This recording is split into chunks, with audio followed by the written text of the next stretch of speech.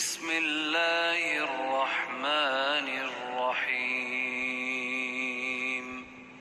السلام علیکم ورحمۃ اللہ وبرکاتہ۔ آج ہم کوفے میں رہنے والے ایک نابینا شخص کے واقعے کو بیان کریں گے جس نے کوفے میں نصرت امام کرتے ہوئے جام شہادت نوش کیا۔ مقتل مطہر میں ہے کہ ہر حکومت کی طرح یزید کی حکومت بھی کم از کم موجودہ عقائد کی توجیہ کے بغیر اپنا وجود قائم نہیں رکھ سکتی تھی۔ کربلا کے سانحے کے بعد حکومت ہر لمحہ اس فکر میں رہتی تھی کہ عوام کو ایک ایسے سلسلہ فکر میں الجھائے رکھے کہ عوام یہ سوچنے پہ مجبور ہو جائے کہ جو کچھ ہو رہا ہے وہ موجودہ نظام کے بہترین مفاد میں ہے۔ عوام میں جو مذہبی طبقہ ہوتا ہے اس کی حمایت حاصل کرنے کے لیے حکومتی اقدامات کو مذہبی رنگ میں پیش کرنا ضروری ہوتا ہے۔ اس بات کے پیش نظر قاضی شرعی سے مدد مانگی گئی تھی تاکہ لوگوں کو فکری طور پر مطمئن کیا جا سکے اور ان کے انداز فکر کو بتدریج بدلا جا سکے۔ کربلا کے واقعے میں عصر عاشور تک یہ سوچ کامیاب رہی۔ ابن زیاد کی حکومت کی خاص بات یہی تھی کہ وہ عوام کو گمراہ کرنے کے لیے ایسے جرائم کو مذہبی رنگ دیا کرتا تھا۔ شہادت عظمیٰ کے بعد ابن زیاد نے جب لوگوں کو مسجد کوفہ میں جمع کیا تاکہ انہیں اس واقعے سے آگاہ کرے تو اس موقع پر بھی اس نے امام حسین علیہ السلام کے قتل کو مذہبی رنگ دینے کی کوشش کی۔ مصائب آل محمد میں ہے جب اہل بیت امام حسین علیہ السلام کو قیدی بنا کر کوفے میں لایا گیا تو 13 محرم کو اعلان کیا گیا کہ مسجد کوفہ میں نماز ہوگی اور لوگ نماز کے لیے اکٹھے ہو گئے۔ نماز کے بعد ابن زیاد نے خطاب کیا اور کہا، جس نے ہم کو کامیاب کیا اس خدا کی حمد اور تعریف ہے، اور یزید اور ان کے پیروکاروں کی مدد کی اور جھوٹے کے فرزند کو قتل کیا۔ جب وہ اس مقام پر پہنچا تو عبداللہ بن عفیف ازدی جو کہ شیعوں میں زاہد ترین شخص تھے،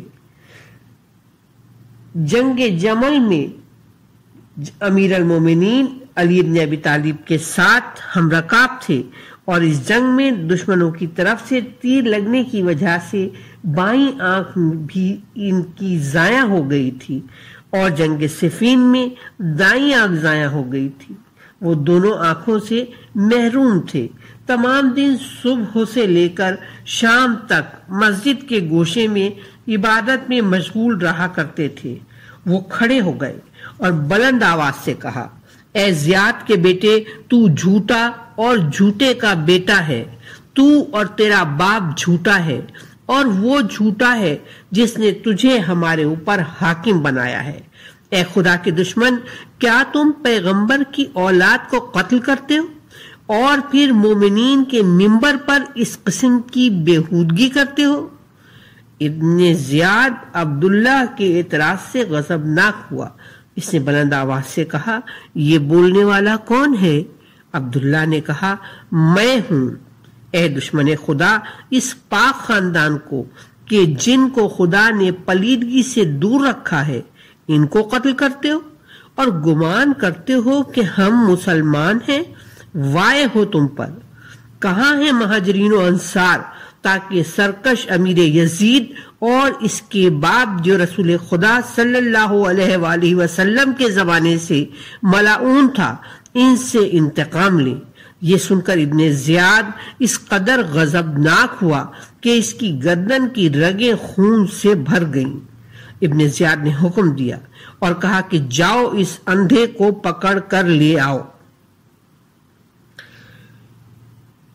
بالآخر فوجیوں نے آپ کو گرفتار کر لیا اور ابن زیاد کے پاس لے گئے۔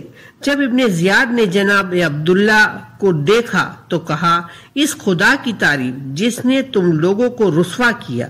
تو جناب عبداللہ نے کہا، کس طرح تم نے مجھے رسوا کیا؟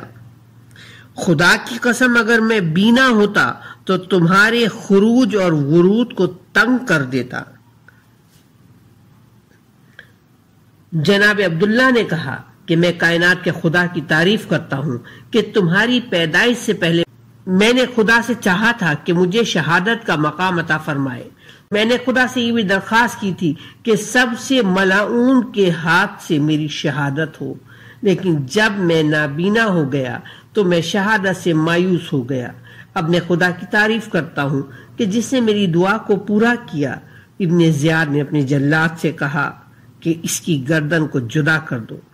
عبداللہ کی گردن کو جدا کیا گیا اور ان کے خون آلود بدن کو کوفے میں کناسا کے مقام پر لٹکایا گیا، اور ایک قول کے مطابق مسجد کے احاطے میں پھانسی دی گئی. تمام اولیاء خدا کا درود اس جوان غیور جنگجو اور پاک دل پر کہ جس نے اپنی غیرت کا مظاہرہ کرتے ہوئے امام حسین علیہ السلام کی عزت کی خاطر اپنی جان دی. اس دلیر نابینا نے جو دل کا بینا تھا ابن زیاد کے پردے کو چاک کر دیا. لعنت اللہ علی القوم الظالمین.